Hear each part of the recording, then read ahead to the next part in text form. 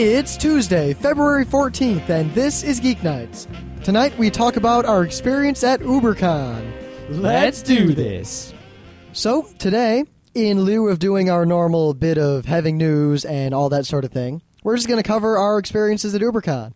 Expect this to happen for many, many weeks to come as we go to many, many cons, and thus devote entire shows to them. Yes, and not all cons get a whole show, but Ubercon, we had enough. One day of Ubercon was enough to give us an entire show. Mostly because we did some awesome things there. Yep.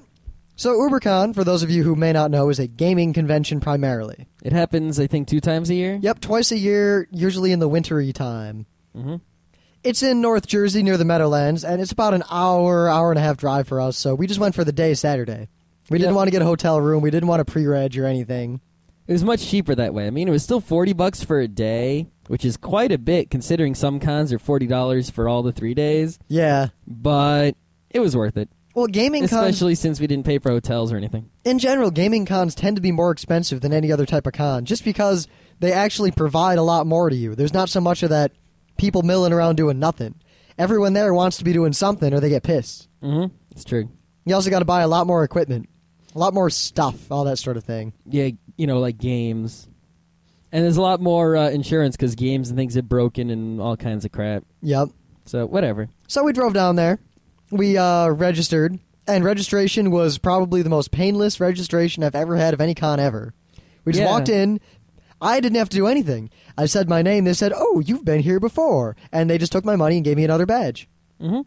The best part was I hadn't been there before, so I had to fill a little piece of paper. And then they took my money and gave me a badge. Actually, they almost forgot to take my money, but I reminded them. Yeah. But, apparently the guy who is I forgot his name. But he's the head of Stonekeep. Yeah, Stonekeep, I think, Convention Registration Solutions or something. Yeah, they're basically a little company that makes registration stuff for conventions. Well, they made a registration solution. They provide registration services. Yeah, so they have a system of taking names and money and printing out these awesome real cards for conventions. And if you have a convention, you can hire them to do it for you. And he seems to do a very good job. I mean, I know Otakon considered using him in the past and turned him down, and I really don't know why, but I'm real impressed with the way they do their business. I really like the cards, the quality of the cards, and the quality of the computer setup. And the remembering of previous conventions, I think that's all really, really cool, and that's the way it should be. Plus, the guy who was running all this was sitting around, and we ended up having food with him for dinner, and he's a really cool dude. I can't believe I forgot his name. Yeah, he went to RIT also. Yeah, like before we were even born. Yeah, he went to RIT in 1982, and we were born in 1982, and we went to RIT in 2000. He's describing buildings as new that we thought of as the old crap buildings they were going to get rid of. Yeah, and he was in computer science house like the second or third year of it. So. Yep, it was fun. Yep. Can't believe I forgot his name, but I don't feel bad because I forgot the names of most of the people I met at this con. That's and fine. I only remember the 2 I'm going to mention because I have their business cards in front of me. Yeah, we should have taken his business card. Yeah, I'm sure you can find it at his website. I think it was stonekeep.com or something like that. Yeah, I'll find him. If it's not stonekeep.com and there's something bad at stonekeep.com, don't blame me. Yeah, so we go in then, and I mean, I guess I knew what to expect because I've been to gaming cons before, but I think Scott and our friend Pete who came with us were a little bit underwhelmed at first. Well, I knew what was going to go on there, but it was much... smaller? It was a little bit smaller than I thought it would be. Just a few rooms. Yeah. I figured there would be a lot more... I mean, the gaming library, like the pile of board games, was about the size I expected, but the number of tables and space was a lot less than I thought. Yeah, well, the main reason for that was simply that this con moved hotels, and this hotel wasn't as good as the previous hotel, in my opinion. Yeah, this hotel, I mean, they had, it looked like they had panels in the pool. Yeah, they really did have panels in the pool. So that's not good at all. They used pretty much every room they could use, and every game we played, it was just a cacophony constantly. We failed at learning to play a game, a first for us, because of that, which we'll get into later. Yep.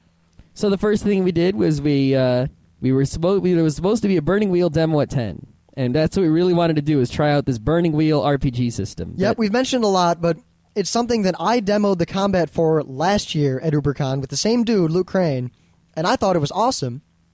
And this year, since I was bringing 2 of my friends with me, I figured, all right, let's do it with you two so you can see how awesome it was, and I won't just feel like I'm crazy. Yep, so it was supposed to be at 10. I go at 10, and the guy said he was doing it for 2 other guys. And he said, come back at 10:30.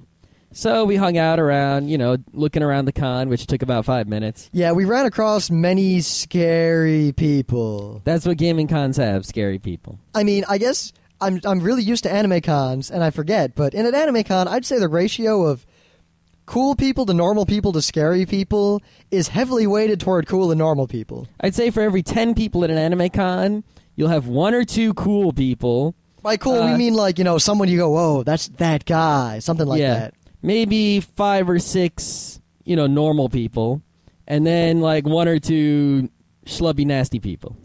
There were quite a number of quite large individuals with quite odoriferous zones of control wandering about like blimps. I say the gaming con is pretty much half disgusting people, half not disgusting people.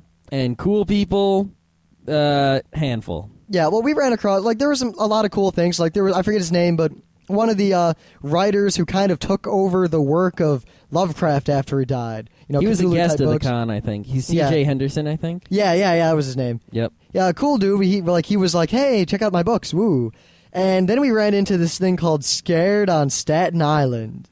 Now, at first, I thought it might be like, ooh, you go there and, you have fun in some old building or something. Yeah, they had this video, and it showed people, wandering around with little electronic devices, looking for things. It looked like some sort of cool LARP-type infiltration thing. Yeah, I thought it was maybe like a LARP, that involves some sort of ghosts, and, you would carry these devices around, and then they set up things in the building on Staten Island to make them go off, to make you think there are ghosts there, and then you're supposed to do stuff based on that. Yep, so we stood there watching the video to see what it was all about, and you know what?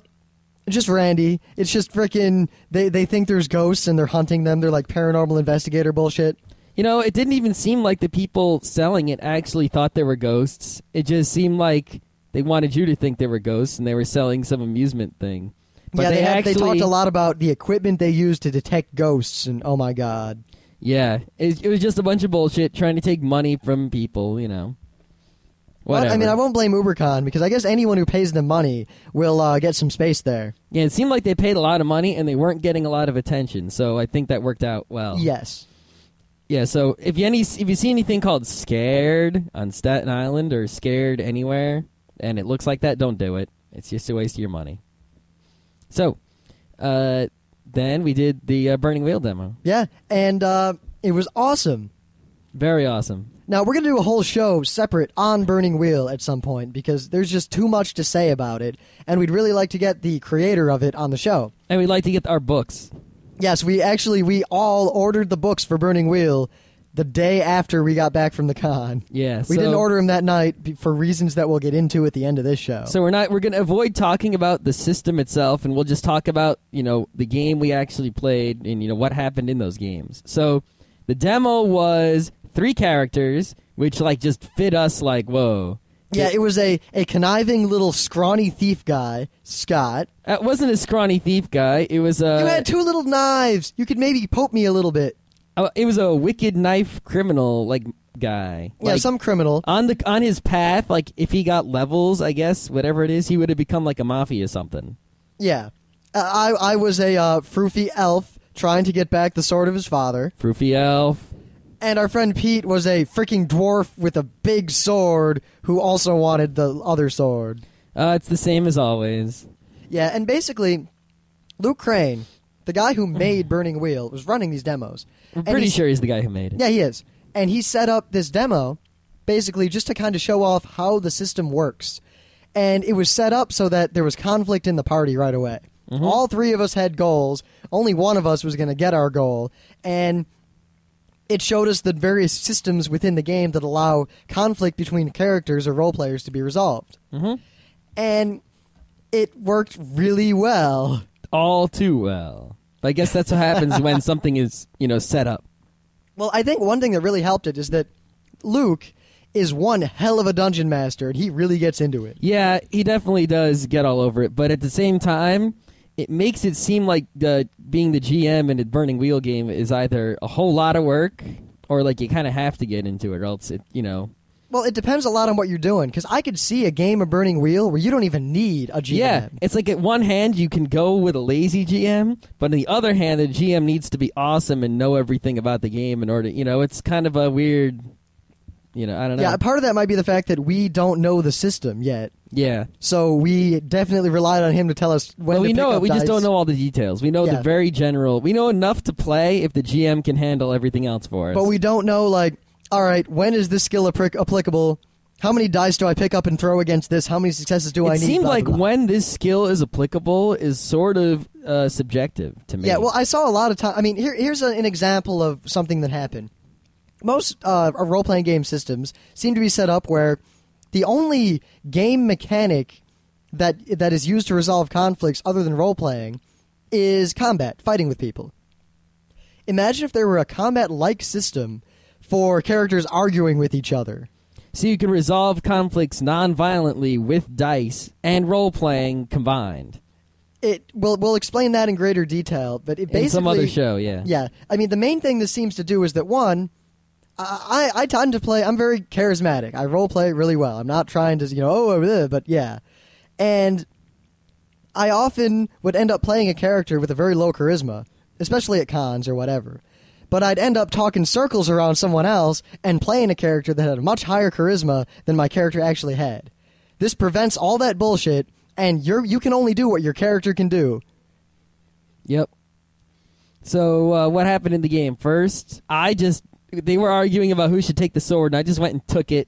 Yep. And then they tried to physically stop me. And he ran away. And I ran away. And then I couldn't run away all the way and escape. And then we had the argument, and this was when the dice came out. Mm-hmm. It was me, the elf, and Pete, the dwarf, arguing within the confines of this game mechanic on who is the rightful owner of the sword. And the way it works, basically, to simplify really, really, really broadly, is that you make a point, or a rebuttal, or whatever, and you have to roleplay it a little bit, but if you make a point, no matter what you say, it counts as a point action. Like, point, it's my fucking sword, you asshole.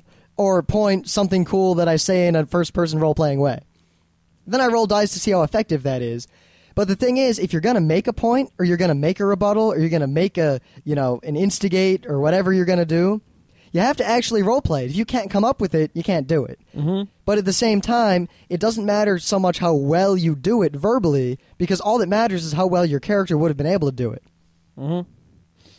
And then the other cool thing is people can help you out. Like when Rim and Pete were arguing, I didn't really want either of them to win. I wanted them to just kind of bring each other down. And, they both hurt each other, and then I can kill whoever's left easily. It's like, oh, yeah, make each other weaker, and then one guy will eventually lose, and I can pick off the weak guy because I'm unharmed.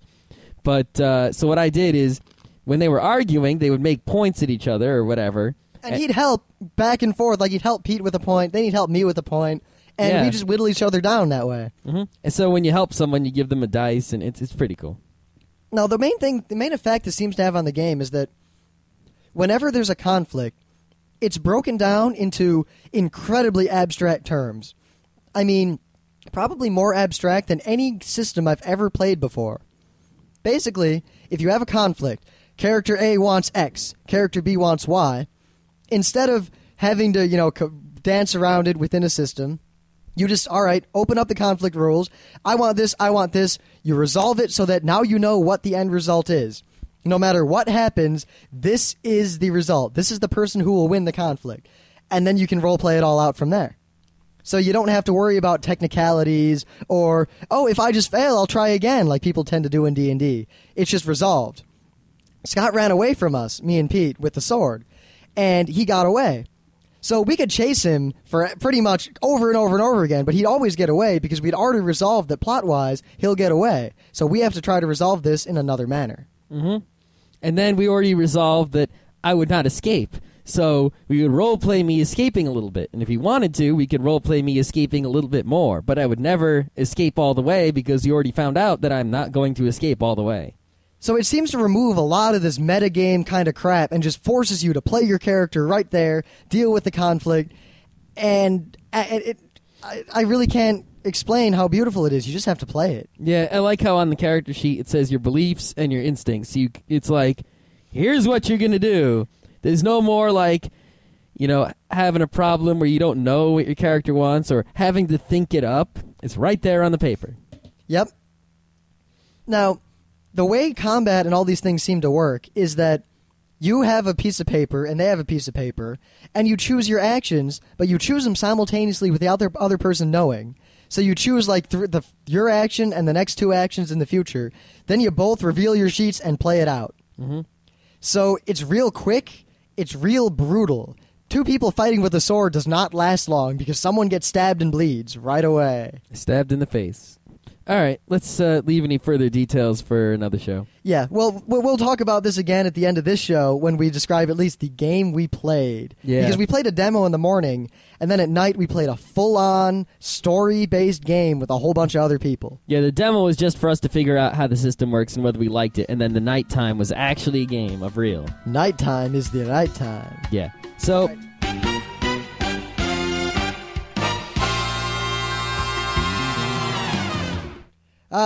Nice interruption. Let's do some things of the day and then get back to Ubercon. So since it gets Tuesday, right? So there's games, but we're not going to do any video games, really. But I have a thing of the day related to video games. This is actually kind of cool. So I don't know if you've played Kung Fu for the NES. It's a game where this guy just basically walks sideways, and when bad guys come up to him, you punch or kick them. It's one of the original Nintendo games. Original. It's real hard. Before the MMC chips Nintendo games. Yeah, this ran on the same chip that like baseball and ice hockey and... Ice Climbers. Yeah, Metroid. Well, not Metroid 1. No, Metroid was an MMC. Yeah, that was like one of the first ones, though. Yes, I think it was the first one. Yeah, anyway. Maybe. It's really old.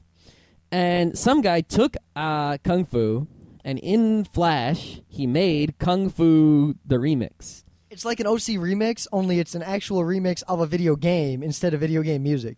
So it plays just like Kung Fu, except the bad guy is a little different. And he added an awesome plot with some pixel art. And he added some new moves. So like after you beat level 1, you get the Hadouken, and you can use it, and it's pretty awesome. And like when you jump kick guys, their heads come off, and... yeah, it's a lot more fun than the original Kung Fu, I'd say. It's a little hard to control with the keyboard, but you can kind of customize the keys a little bit. The music, I love the music a lot because it feels like old arcade game music, that's all awesome. I like that kind of sounding stuff. But it's really, really hard. Like, even on easy mode, it's hard. I couldn't beat... Well, good. The original Kung Fu was hard as well. This is harder than the original Kung Fu, even on easy mode. I couldn't beat more than level 1. Level 2, I died. So, have fun. All right. So, I don't know how many of you have lived with cats before, but... Well, a lot of the front row crew types always laugh, oh, Rim, he likes the cat girls. But honestly... I really don't like cats that much. You like the Fox girls and whatever. Yeah. But I really don't like cats that much. I mean, I don't dislike cats, but I always get the feeling that most cats are barely aware that I even exist. And this was fortified by having to live with some cats for a while when I was on co-op a long time ago. But anyway, you know how cats seem to react to things in strange ways? Well, this is a video that basically proves to me that cats are automatons. Because if you put a piece of tape on a cat in different places, the cat you can control the cat with tape, basically. Just watch the video, you'll see what I mean. I think basically what the video teaches us is that cats move based on their feeling and not based on looking with their eyeballs. Like, if a cat feels a wall on its left, it'll go to the right. Yep. So if you put a piece of tape on the left side of the cat, it thinks it's touching something on the left, and it wants to get away from that, so it goes to the right. This did remind me of our friend James and Lisa. They had a cat named Lily, and they would stick a little hair clip to her tail, and that was the end of her. She couldn't walk. As far as she was concerned, that was the end of the world, and there was a lead weight tying her tail to the ground. Yeah, the cat would just slump on the ground and not move. Yeah, watch the video. You'll see what we mean. Freaking cats. Yeah. It's funny because it's Japanese, too. Yeah, also, strangely enough, a while ago when I Emerge, Update, New Year's Deep World, which meant I upgraded all the stuff on my Gen 2 box, sound stopped working in Flash and Google Video. And it magically started working again, and I haven't done anything to my computer. I think you did something with some sort. There must be some sort of blocking going on with OSS also. Something. Yeah, there's something. So I'm going to look at my AOS. Your demix stuff properly. Yeah, I'm going to look through my AOSS stuff and try to figure that one out later. Or you know what? I won't care because I'm buying a new computer in the next month. Mm-hmm. But anyway, in Ubuntu you won't have those problems theoretically. Yeah, well, part of the reason I use Gentoo on this box is that this box is slow as shit anyway. Ubuntu's not any slower or faster. But anyway, yeah. So after the Burning Wheel demo, we went to a mall nearby to try to get some food. I got some food at this Italian place. Got chicken parm sandwich for $5. Yeah, now Pete and I did much better. Because this is you know how almost every mall food court now is the same? They've got that Chinese place, and next to it the Cajun food place that is the same food the Chinese food place has? Not every mall food court, but all mall food courts that have been invaded by that company are all the same. Well, this is an old school food court. It's not really old school. It just hasn't been invaded by that company. It's old school compared to this company, which seems to be spreading like wildfire. And they had this one little Greek diner type place in it, and Pete and I went there, and we got gyros, and these were the best gyros we've ever had in our lives. He had a giant flank of meat, and he cut pieces off of it, put them over a fire, and then gave them to us. It's called shawarma. It's in Israel in every single block, and in Israel it looked a lot better than his solid colored piece of meat, let me tell you. Yeah, well, what do you want? We're not in Israel. You're lucky to see anything like that. I know. And you know that the Greeks probably call it something else. Well, it's a big leg of a lamb. It's a lamb on a stick that spins around vertically. The point is we got good food. Yeah. But at the mall we ran into some scary Ubercon types. It looked like this normal little girl, I guess. She looked like the kind of girl you see at an anime con. Yeah, kind of cute, definitely young. I mean, probably a decade younger than me. Probably high school looked like. Yeah. And we just had a weird encounter with this girl. She just came up to us and was like, hi, and then started talking. She said weird things. Like, she walked over to me and shook my hand and asked, like, she said she knew me from somewhere, and I didn't know her from anywhere. Yeah, and she looked at us all weird, and then Though the freaky thing was, the only reason I was confused by this is that she looks, like, scarily similar to a girl I knew a long time ago. Like, creepily similar. So she was looking at me, and I was looking at her, and I thought, there's no way that's what's-her-name. There's no way. And it wasn't, but it was just weird. That's good. Luckily, we were able to avoid any sort of contact with creepy people for the rest of this con. Yeah, so also at the mall, I managed to get the Darth Vader that transforms into TIE Fighter that transforms into a Darth Vader. Yeah, the one you couldn't find anywhere, but when you finally got it, discovered that it's actually really a crappy toy. It's not that crappy. It's crap. You broke it immediately. I fixed it. Yeah. It doesn't... All right, to tell you how shitty this toy that Scott bought and is talking up is, basically when it's transformed into Darth Vader, it looks like a robot with a tiny little Darth Vader head floating over it. You know, if something wasn't designed in the first place to be transformable, it's a miracle that it does that well at all. You know what? You know what? A turd is not designed to be an airplane. If I fashion a crude airplane out of a turd, it's still a turd. I just wanted to say turd a bunch of times. You're a turd. No, but it's much better. It's pretty much the best it can be. My gripe with these toys is that they made them with the shitty plastic. Like the shittiest plastic available. If it was made with better plastic, it'd be a better toy. Just ding. But I point out that at least in terms of the kind of toy it is, it's a step up from Darth Vader on a motorcycle.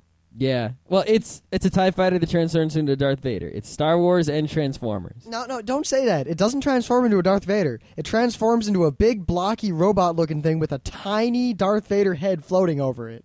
Whatever. It has a red lightsaber. The head is floating. It's not even it's just this floating Darth Vader head. It doesn't and it's look like it floats to me. But it's like 3 sizes too small for the body. It's absurd. Whatever.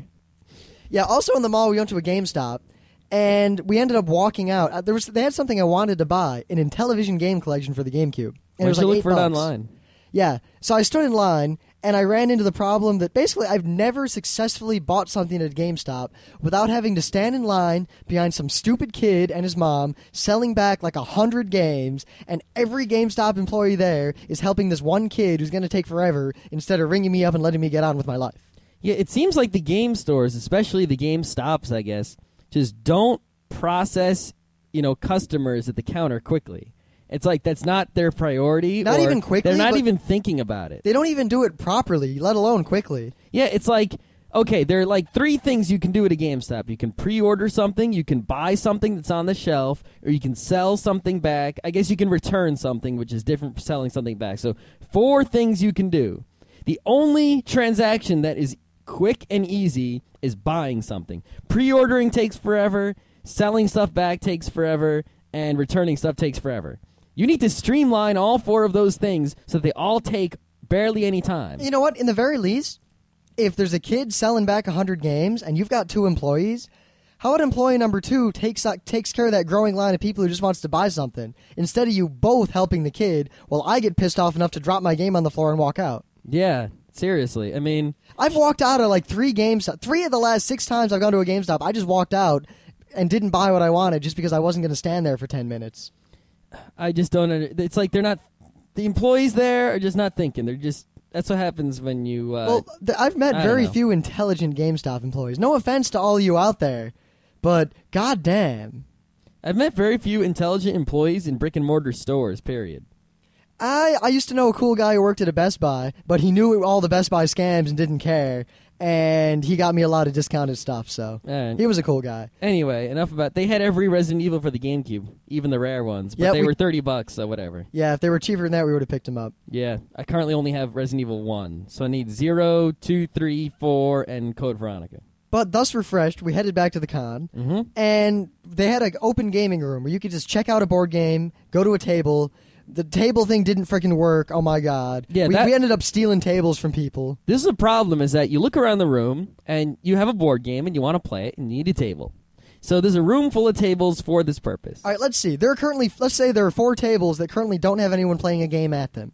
Table number 1 has fat dude eating his Chinese food, taking up the whole table. So now we can't eat at that table. So now there are 2 tables. We'll play at that table. We're not going to eat. Table. Look. So there are 2 tables that are completely vacant. One of them, we go over to the table, and there's stuff on the table, and there's stuff in the chairs of the table. That makes it look like someone's there. Now, you don't want to be all breaking the table etiquette and kicking them out of their table. But at the same time, what if they're just leaving their stuff there like asshats, which it turned out they were? Yeah. What are we supposed to do? There's no one around in the area that looks like they're claiming the stuff, so we can't say, excuse me, are you using this table? Can we play a game here? And there's a schedule on the table of official events happening at the table, and they're not happening right now, or they're not happening soon, so we don't know. Is someone coming? Are they not? Who knows? So it was very difficult to sit at a table. So we ended up sitting at 1, and then a guy came over, and he was like, oh, yeah, I have this table now. But then he said, you know what, I'm going to play the game we're playing with you. Which was Vegas Showdown. That was a good game. Yeah, it was actually really fun. Scott had played it before, and he talked about it, and now I got to play it, and Pete got to play it. I won by a lot. I'm proud of that. Mm-hmm. But that's because I forgot 2 of the ways to score, which is filling up the hotel and filling up the yeah, I was casino. also real canny with my money. I try because it's weird. I'm really good at the first time I play a game, I'll often win it, and then I'll lose for a long time because I'll come up with that's the obvious stupid strategy that'll only work against people who've never played the game before, and then after that I have to come up with a real strategy. Yeah, I mean I messed up because I knew how to play because I played it once before, and I got in every auction in the game I bid for something, and I always got it real cheap, which was great, but that was because I thought I was buying the right things, which I was. You were buying all lounges. Well, yeah, because the last time I played a guy who won, he won because of the cards that said, get bunches of stuff. Yeah, but you know what? Lounges. There's also cards that say get bunches of stuff if you have restaurants. That's why I won. Yeah, I think the thing is when I played with that other guy, we had like a 6-people game going on, so a lot more cards came out, and so, it was very different. Yeah. And also, there was a lot more outbidding people in that game as opposed to this one, where a lot of times we just all bid on different stuff and got it for the small price. Yep. But we played that. That was fun. The guy was cool. And we'll get back to the guy later because we actually went and played more games. Yeah, there's a reason he had that table is because he was using it to demo games from his company. Yeah, so after that game, we left to let him use the table to actually demo the games he wanted to demo. Mm-hmm. And we did something that we're very ashamed of. Well, first, we wanted to play the Doom game, the Doom board game. We wanted to at least see what it was like. Yeah. I figured it was going to be like zombies. Yep, I figured it was going to be something similar. So we check it out, we open it up, and it's a mess of pieces, and it's basically the same as HeroQuest or Necromunda. Yeah, only it's a lot more complicated than either one of those. Yeah, so it looked fun, but it wasn't really what we were looking to play at that juncture in our lives. And it was so incredibly complicated and large, we didn't have time for it. Yeah, not in terms of rules, especially but in terms since of... we had time to figure it out. Yep, not in terms of rules, but in terms of stuff we had to set up physically. Yeah, it's like, at a game convention, I want to play new games, but at the same time, I only have so many hours there, especially since I'm only gaming for one day. So if it takes more than a few minutes to figure out how to play... And, it's like that doubles the time it takes to play the game itself, and you end up losing a whole lot. So you want to find someone to teach you how to play, and that's really the best. Or yeah, it was also just, it wasn't the kind of game we wanted to play. Yeah. But we could have figured it out, so we just put it away, whatever. And then there's Goa. Goa was a game I had seen many people play, and many people spoke highly of. We wanted to play it for a long time, and there it was. So I figured that's the perfect game to try to play. It'll probably take, just the right amount of time, and we'll be all good. This was the first time in any of our lives that we have ever failed at learning to play a board game and given up in frustration. I think that part of it was the room was very loud. Yeah, the room was a cacophony. And part of it was that we didn't have a whole lot of time. We were sort of like rushing in, like trying to hurry up and play the game because, we're at a convention. We don't want to lose time. But don't let that dissuade you from the fact that Goa is an incredibly fucking complex game. Oh my God, is the game complex. Imagine, to sum up me reading the rules. All right, there are 3 kinds of turns, blah, blah, blah. On a turn, you can take any of 6 actions. There is a whole page describing each of these actions. There are tigers and fucking fish. That's a whole separate game mechanic. There are these cards that do everything, and they have a million symbols on them. There's these other cards that do something else, but only when you do the first thing. That was really what screwed me up, is the cards. There are cards. There are many different decks of cards. Some of them are like different currencies. Like, they're not actually different money, but they're like colonists. So like there'll be colonist cards of 3 and colonist cards of 1. So you can have a colonist card, you hold it, it's worth 3 colonists. That kind of, it's like a currency, but the currency is called colonists. It was it was painful. Yeah. There are cards, there's a deck of cards, and on the cards themselves are pictures of crazy stuff. Like tons and tons of symbols from all parts of the game board. And I couldn't decipher what these cards meant, and every single one of them was different. And I was just like, wow. Yep, so what we're breaking through, basically we're going through the rules in order, like step by step. And I'm reading the rules out loud, and they're moving stuff around, we're figuring it out. And it didn't help that you never referred to the front page. You'd be like, yeah, move the colonist card. And we'd say, what are the colonist cards? And you'd say, the colonist cards, but you never looked in the beginning of the book to show us that's what a colonist card is. You know why? Because the page that described all that was open in front of both of you. Yeah, it was upside down and facing away from us. Oh no, it was upside down and away from you. And when you were reading in the middle of the book, it was on the front page, and we had to turn your hands to go I point see out it. that by the time I got to the middle of the book, it didn't matter anymore. Well, no, because when we found had already figured out what everything was at that point. Well, there was a point at which we figured out the progress board, whatever it's called. Oh, that was way later. Basically, we just worked through the game bit by bit, and we figured out how to figure out what to bid on, and then we figured out how this progress board thing worked. The progress board, I think, was cool, actually. Yeah. And then we figured out how the turn order went, and we figured out what the 6 actions you could take were, and how they related. All right, we're set. Then I turned the page, and there's a whole nother section to the book dedicated, just as thick as the whole first section, dedicated solely to describing what each of the individual tiles did. And then there's this thing about tigers and fishes. And expeditions or something? Yeah. And, oh my, we just gave up. We couldn't do it. We gave up. We put the game away. We were defeated by Goa. I was still confused about the different spice bags and what was an open field and what wasn't, and where you could put the spices and where you couldn't, and what you did with them. It didn't help that there's 2 kinds of rules in German board games I found. There's the old school and the new school. And it seems that the new school rules are very concise.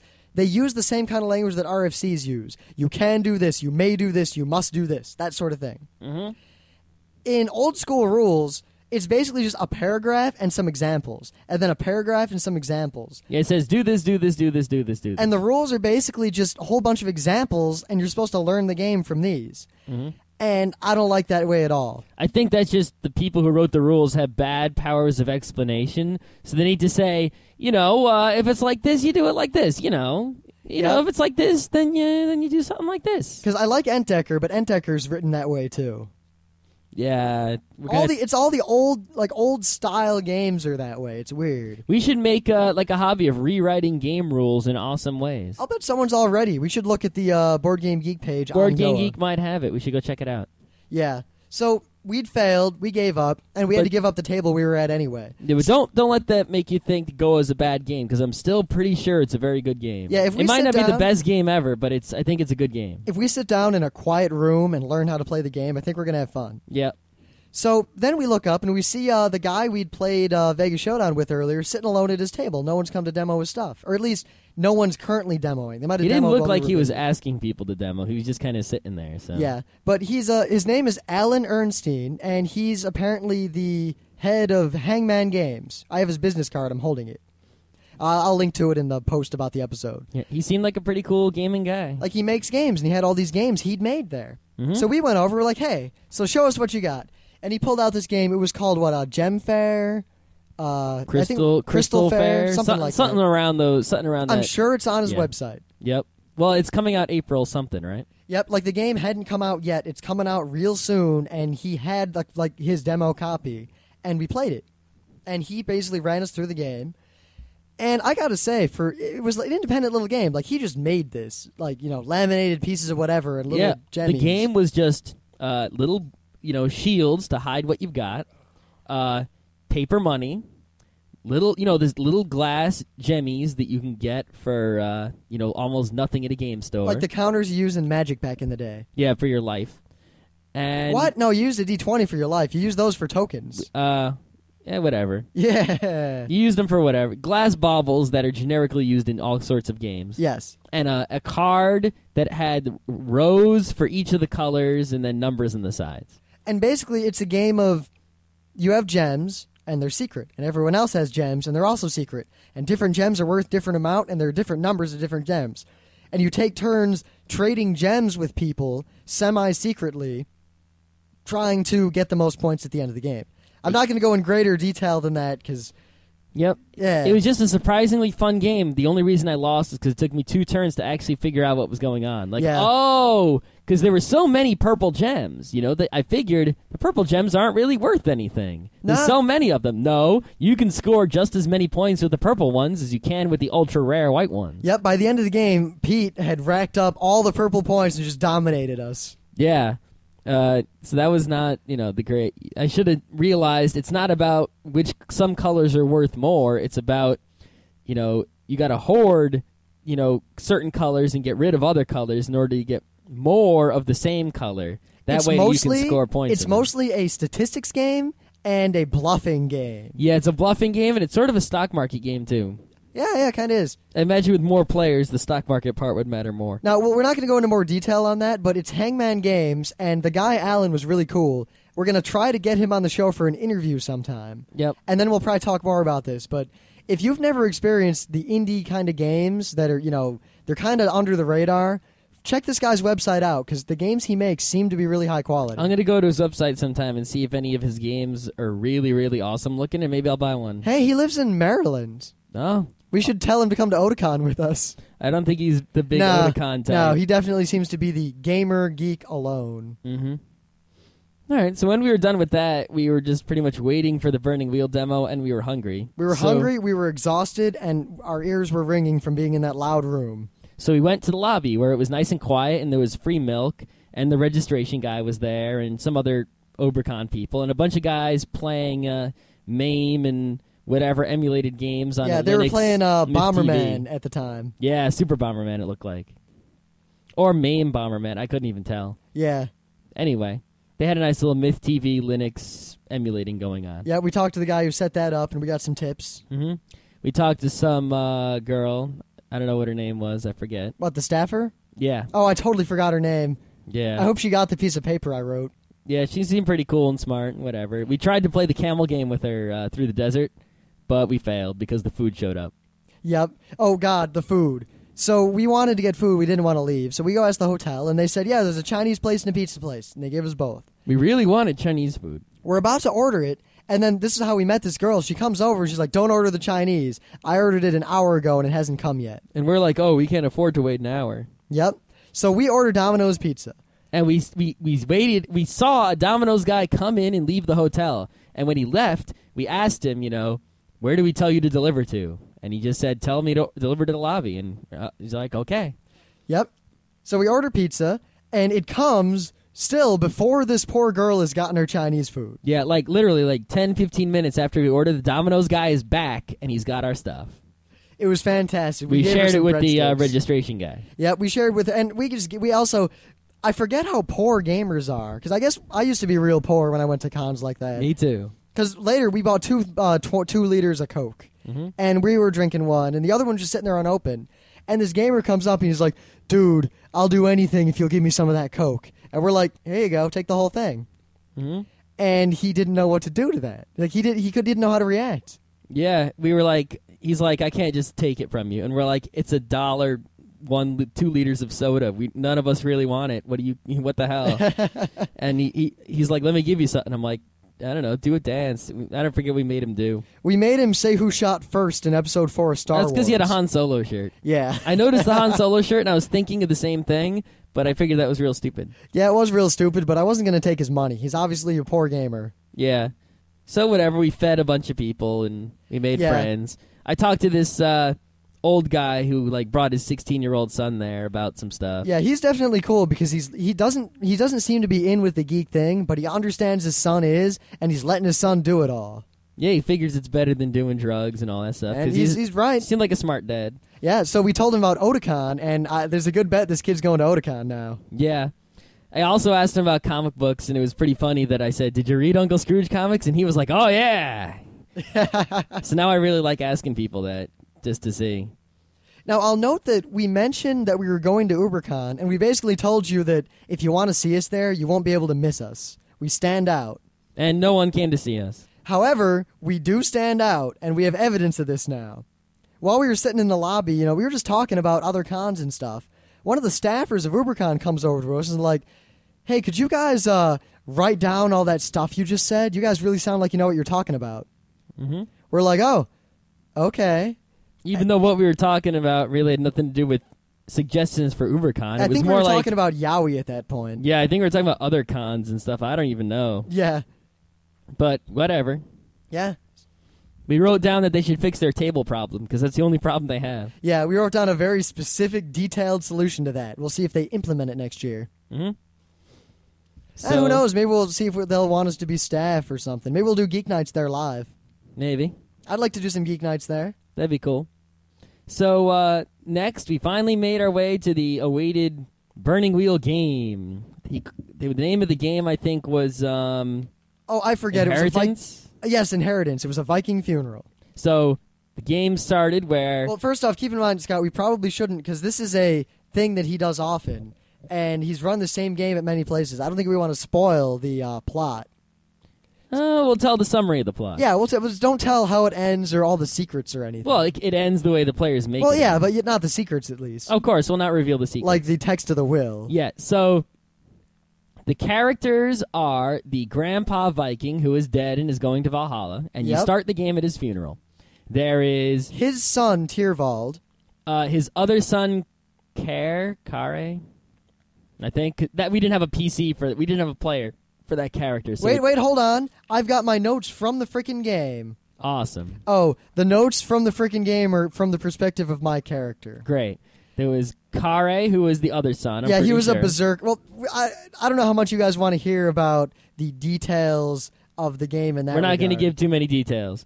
Yeah, basically it was a bunch of Vikings, and the game started, and I guess the coolest part of this is that we ended up playing this with a really cool group of people. Yeah, when I got there, they were like these schlubby guys, and I was like, oh, they look like schlubby guys.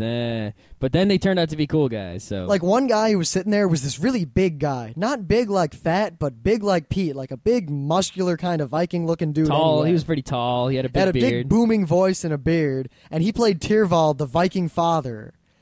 And the new Viking father. And he was so in character that when it got, the game got really heated, but heated in character, not heated out of character. We're all laughing with each other afterward. Mm-hmm. But it got to the point where one of the kids who was playing a Viking insulted this man in front of his host, at his lodge, and he's yelling at the guy, and it was just amazing. Yeah, that was good stuff. That guy was scary in character. The only disappointment I had in the game is my character was this like magic immortal dwarf guy or something, and I was the one who had the will, and I was all awesome, but I had these magic runes. Runes! And they had the power to change someone's belief. Like bind someone to their fate. Yeah, it was really cool, but I never got a chance to use them because I was going to use them at one point, but I ended up just, winning the Battle of Fate or whatever. It's Duel of Wits, so I didn't need to use it. So, I thought the way Scott handled his character was really good. I mean, it was a powerful character who kind of never did anything directly, but he influenced other people, and in the end got his will. Yep. I mean, the only really direct way I would have done anything is with the magic runes, and that was like, it said on my paper, like, the magic runes will send a man to hell or something like that, so I really didn't want to use them. So I always tried to get my way by any other means possible first. I love when you smack the Christian priest down about his god. Yeah. Where's your god now? That was classic. Yeah. But the basic plot, like, to sum up, was that, all right, the grandfather... The Christian priest was Pete. Yeah, Pete is quite the scientist, and he ended up playing the Christian missionary priest. Which is awesome. It was hilarious. But basically, the grandfather, the elder Viking, is dead, and it begins at the funeral. Now, the current father, Tyrvald, the cool guy who was playing him, is like the lead. He's not the king, but he's basically the leader of where we live. His 3 sons, the first son was murdered by the third son 10 years ago. So the third son, Einherjar, was banished forever. Einherjar. Now, he was supposed to be killed because I played a priestess of Odin, Gefjon, who wanted him dead. Rim was the priestess. Yeah, I played a girl. Get over it. Whatever. Actually, my character was kind of cool. That wasn't what I expected. Yeah. But the son murdered his eldest brother, and the father, instead of killing him, had him exiled. So now the son, the prodigal son, has returned after the grandfather has died, kind of vying for the inheritance, kind of vying to get back into the family. And it was quite a heated scene. Like, you kind of felt like you were really at this Viking funeral, and these large men are yelling at each other. And it was just an amazing scene. Mm-hmm. I liked it a whole lot. It was the best role-playing I've had in a long time. Yes. Because I haven't had a lot of role-playing in a long time, but also because it was really awesome.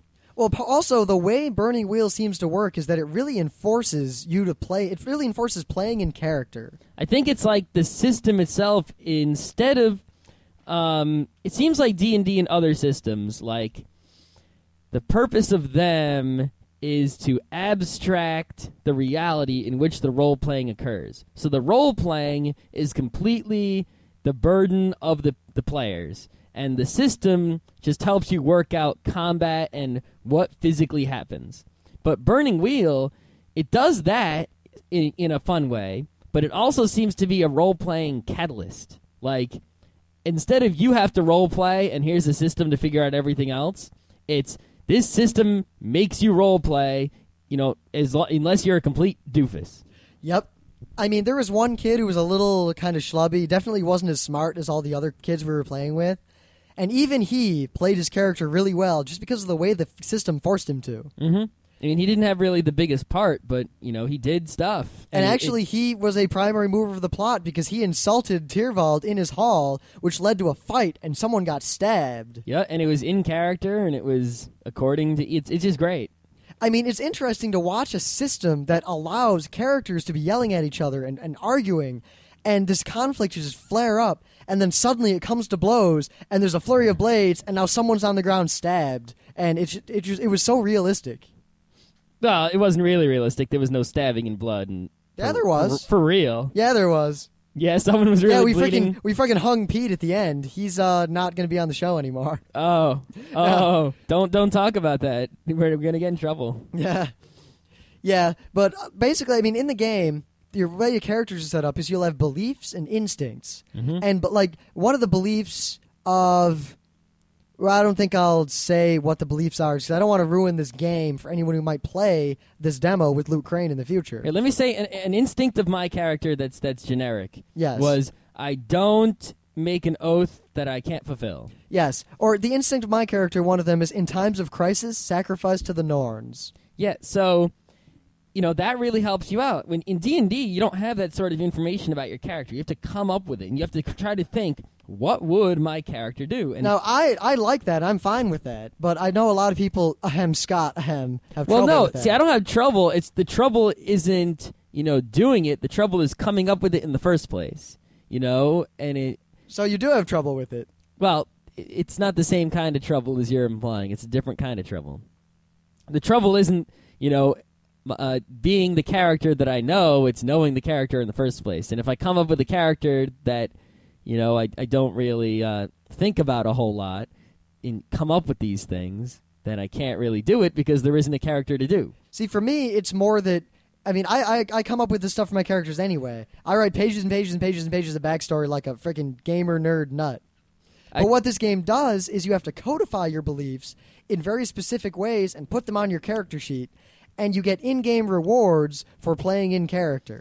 I think what's really awesome, though, is that Burning Wheel, you don't need to have pages and pages and pages and pages of backstory. All you need is like maybe one paragraph and like a few sentences, and you've got just as full a character. You might not have the history, of course. Well, you don't have as full a character in terms of backstory, but you have as full a character in terms of role playing. In terms of role playing, it's just 100%. It's full on. You've got it. You don't have to do tons and tons of effort in coming up with all this other stuff. Now, of course, I'll point out that we've never played a traditional campaign of Burning Wheel at all.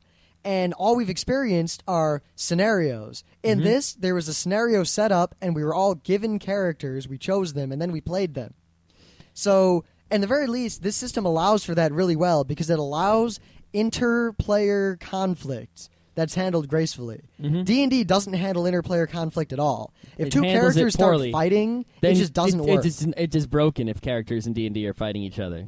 It just doesn't. The system wasn't designed for that. In this game, at least in terms of the adventures we'd played, you're expected to fight. You're expected to hate each other, or at least have a disagreement. Yeah.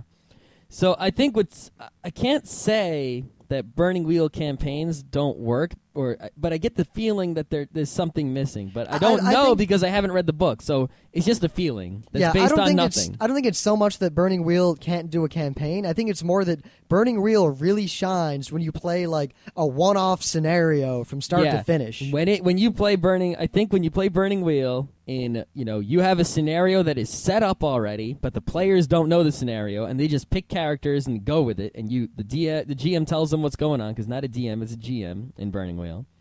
And then you go at it in one shot, one night or a few hours. Then that is when it's super, super awesome, and for guaranteed. And if you're gonna do one-shot role playing, Burning Wheel is definitely the way to go for the most awesome fun that I've ever had, at least. Yes. So when we do a whole show on this, and we actually interview Luke Crane and maybe some other people, hopefully we'll be able to shed some more light on more of these specific reasons why Burning Wheel is so awesome and how it actually works with the dice pools and everything. Yeah, and hopefully in the future, when we actually get the books and run games ourselves, we'll talk about those in hopefully a way that is not painfully nerdy, but also entertaining. And I guess, put it this way. Currently, Scott and I we live here, and Pete lives nearby, but he lives far enough away to where we can't just hang out every day. Now, we can't play D&D with the two of us, because that just wouldn't be fun.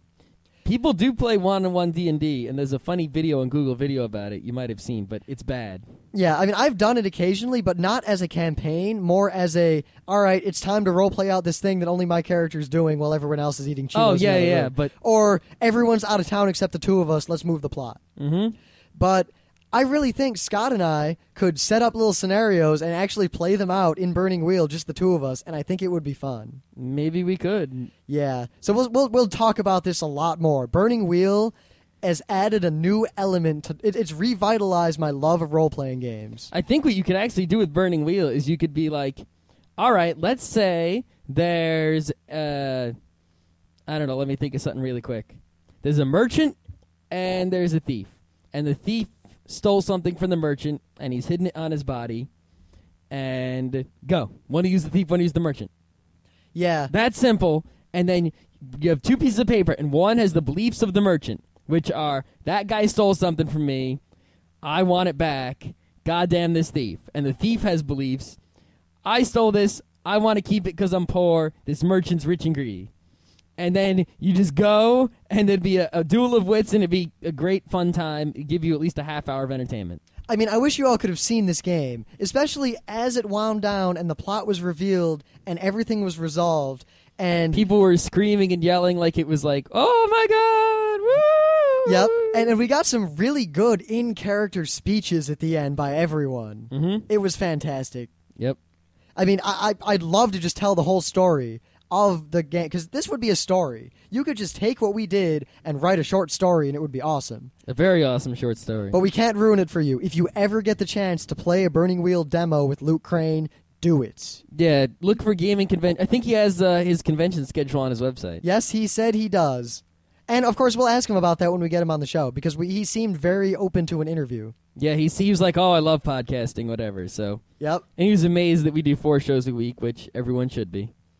Yeah, so we've gone for a long time, but that's good because there's going to be no podcast on Thursday. I'm going out of town. Yeah, so now we're going to tell you about the non-gaming part of Ubercon, getting home. Yeah, so as you might have noticed in the link, if you go to the website, that I mentioned a blizzard and I mentioned New Jersey. Now, I knew there was going to be some blizzardy snow, but I didn't care. Yeah, we didn't really consider the blizzard in our planning. We just ignored it. I considered it, but I also ignored it. Yeah, I was just ignored it. I figured, whatever, worst case, we'll stay at the hotel. I didn't think it was going to be that big or that dangerous. And you know what? It really wasn't that big or that dangerous. You know, I mean, it wasn't like I've had ice storms before, which are infinitely worse. I've had like 3 feet of snow, which is infinitely worse. This is pretty much a normal snowstorm. You know, I mean, snow piles up and it snows. And whatever. But we leave the con, we get in the car. We clean off the car, which kind of sucked. And we get in, and we start to drive really slowly onto the highway. And we got to the highway pretty easily, which was nice. Going north in the Garden State. Now, going north in the Garden State to our house, there's a trick. If we keep going north in the Garden State and don't stop, eventually it becomes I-87 North, which is exactly where we want to be, because that takes us to 84 East, which takes us to our house. Okay? There is a way to get from the Garden State to 87 North. Is there really the same road, but there's like this magic shortcut. I don't understand quite the geography of it. Yeah, it involves 17. It involves like 17, 287, and I-80, and something else. I go that way often when I go to Philly or Horsham, but going to Philly or Horsham is completely different from going to Jersey, so I couldn't be of any assistance. Yeah, I've mastered this shortcut going south. Like, going south, I just take exit 14A on 87, and then, boom, okay, I'm on the Garden State much faster than just going south on 87 forever. But going north, I have a problem with it. So I saw an exit.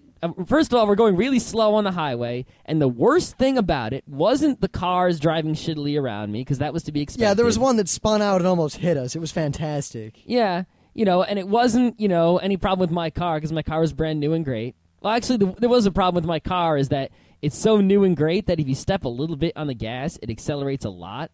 So sometimes I would step on it a little bit too much from nothing, and it would go whoop, and then spin the tires a little bit. But it was never really trouble because the anti-lock brakes were great, and the steering was great, and the big tires are great. But anyway, so I see an exit for 17, and I'm like, aha, 17 is a road I know. That seems like the shortcut to me. And I was close, real close, but not quite.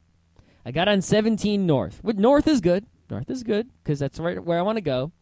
But it wasn't getting there any faster, and we were still going really, really slowly. We couldn't see the lanes. The worst thing was I couldn't see the lanes. Now, keep in mind, it's still snowing, and we've just been gaming for over 12 hours, and we're tired. Real tired. It's like 1. Yeah.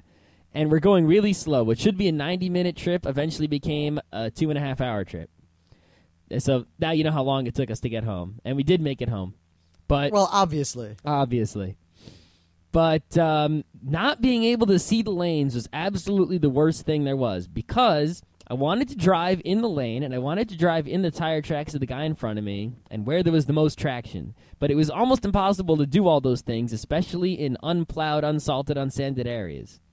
It was just, that was the hardest part of driving, was didn't matter the cars around me. I didn't care about them so much. They weren't really bothering me. It was keeping my car going where I wanted it to go straight.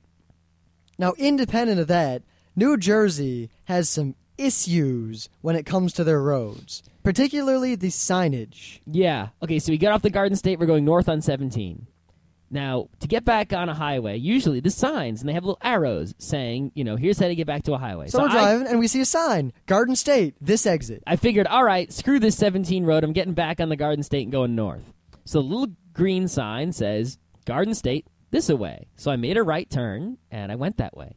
Then I could either go straight or right. I didn't know because there wasn't another sign to tell me the Garden State is straight or the Garden State is right. Yep, so assuming, it didn't say, let's keep going straight. Yeah, I went straight, we went right, we went around in circles twice, and we didn't find any more signs to tell us how to get back to the Garden State. Yeah, imagine this. We're going straight, we figure, we're going to hit the Garden State. Eventually, we get back, it takes us back to 17, we pass the same goddamn exit. Mm-hmm. It just took us in a circle. We went in 2 circles, then we went into a parking lot to rest, and there were some high school kids fooling around. Then we went to a gas station to rest some more. In fact, didn't they write the word vagina on someone's car? I think they did, and some girl got mad. It was funny. Yeah. Whatever. They could do what they want. We rested at a gas station, which was a much-needed relief, peeing and such. Then we just kept going north on 17 until eventually we hit 87, thank God. The moment, even though the there is no second we passed into the borders of New York, the roads were suddenly great. It could have had something to do with that fleet of plows that was coming from the New York Department of Transportation. Yeah. It was a little tough avoiding them with my car, but it worked out. I mean, I guess we're not really making fun of Jersey. It's just the fact that we have trouble almost every time we drive in Jersey. Mm-hmm. And we don't have trouble anywhere else. We drive halfway across the country to go to conventions. No issues. Yep. Jersey, god damn it. Because if you're going north on a road, there'll be exits that don't exist if you're going south or vice versa. Oh, my God. And there'll be ways to, get off a highway, but then no way to get back on it. It's really because the roads are divided, right, with those Jersey dividers, and they're real long and real fast, and it's real hard to figure out how to get to anywhere from them. It's like, imagine if the highway had stores on the side of it, on both sides, and it's not easy to get to the other side. There are very infrequent U-turns and very infrequent left turns, and anything that's off of those main highway divided roads is really, really tricky and scary. And you just don't know where the hell to go, ever. Now, independent of that, it's dark and it's snowing. Yeah, great. And we're tired. And hungry. Yeah, real hungry because, all right, we got Domino's Pizza, like we said, right? I've determined that Domino's Pizza is not food. I was not satisfied. Domino's Pizza might not be great, and it's not. Well, that particular Domino's Pizza did not sit well with me. Well, I didn't eat the meat pizza once I saw it. I realized it wasn't going to be good. I ate the pepperoni. Yeah, but you were just as bad off as I was. I was pretty bad off. My stomach wasn't the happiest. I was full of food, and my stomach was pissed off at me for some reason, but I was still hungry, and I knew that I wasn't getting any nutrition from this pizza, but I was so full I couldn't eat any other food. Mm-hmm. The thing is, Domino's Pizza might not be anything compared to any other pizza place, but Domino's Pizza is closer to pizza than Taco Bell is to Mexican food. Yeah, but I like Taco Bell. I don't like Taco Bell at all. Well, you see, remember, I eat White Castle. Yeah, that's the worst. See, get this. I like Taco Bell, even though I don't consider them tacos, but what they are, I like. What they are is poison. What they are isn't so bad. It's terrible. I'll eat Arby's. I'll eat Arby's, but I'll eat it. I think we already ate it, so yeah. I can't eat it again for a whole year. Yeah. And I freaking love White Castles and Hot and Nows. Mainly because I grew up in Detroit, where we lived right near a White Castle. No, not eating any of that shit. But even the thought of a McDonald's or a Burger King just makes me nauseous. Oh, I can't eat any of those. Except McDonald's breakfast, which are freaking awesome. I won't eat at McDonald's anything ever. You make McDonald's eggs, so I don't know why you complain. I don't make McDonald's eggs. Scott the makes milkshakes McDonald's at eggs. McDonald's taste good, actually. But What? I know No, they don't. Yeah, they do. But I know they're full of chemicals, so I always get real ice cream ones from diners and stuff because they taste the same as the McDonald's ones. All right, so anyway, we've talked a long time, but that's okay. Once again, no podcast on Thursday since Katsucon. Unless Scott decides to do something on his own. That's all him. Yeah, we'll see if you know how to use the mixer and everything. It's plugged in. I just start talking, and I push the record button. Yeah, I guess you could boot Knoppix on my computer and then record to an external hard drive somewhere. Or I could just take the mixer into my room and... Yeah, we'll see if you know how to use the compressors. Though, I ordered a compressor. Well, I'm ordering it. I'll have ordered it probably by the time you listen to this episode. I thought we ordered a disco ball. Yeah, a disco ball. Don't ask. It's late. Scott, we're either going to get a dynamic range compressor, like a valve compressor, to stick into our line to the line between the mixer and the computer for recording, or we're going to get a disco ball and hang it in our little studio here. Both of them should increase the audio quality of the podcast significantly. So it's really a matter of, price-performance ratios and such. Yeah, the good disco ball is $10 more than the cheap compressor. But I could get the $100 compressor, but is that worth the difference in the disco ball? I don't know. I think the 24-inch double mirror disco ball with the colored stripes, as long as we get, good, bright white LEDs to point at it, should be the best, even though it's a little more expensive. Yeah, but anyway, in sum, Ubercon was awesome. Burning Wheel is awesome. Hangman Games are really cool. All of you who didn't come to Ubercon and see us suck. Though, to the people in Australia and the UK, I kind of understand. Yeah, whatever. Oh, and Jersey sucks. Yeah, at least North Jersey. I like Wildwood a lot.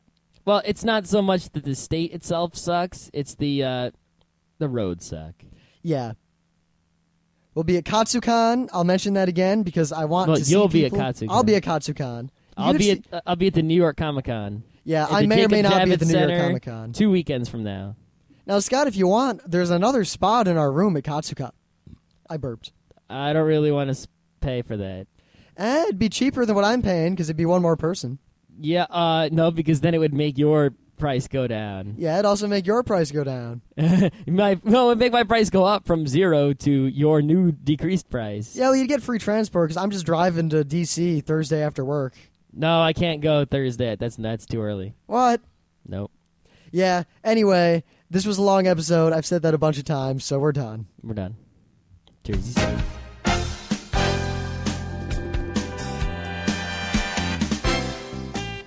And that was Geeknights with Rim and Scott. Special thanks to DJ Pretzel for our opening theme. Be sure to visit our website at www.frontrowcrew.com. If you like our podcasts, you'll love our forums. Make sure you visit them. You can send your email feedback to geeknights@gmail.com. And if you want, you can leave us a voicemail at 206-333-1537. Geeknights airs every weeknight, Monday through Thursday. Geeknights is recorded with absolutely no studio and no audience. But unlike those other talk shows, it's actually recorded at night.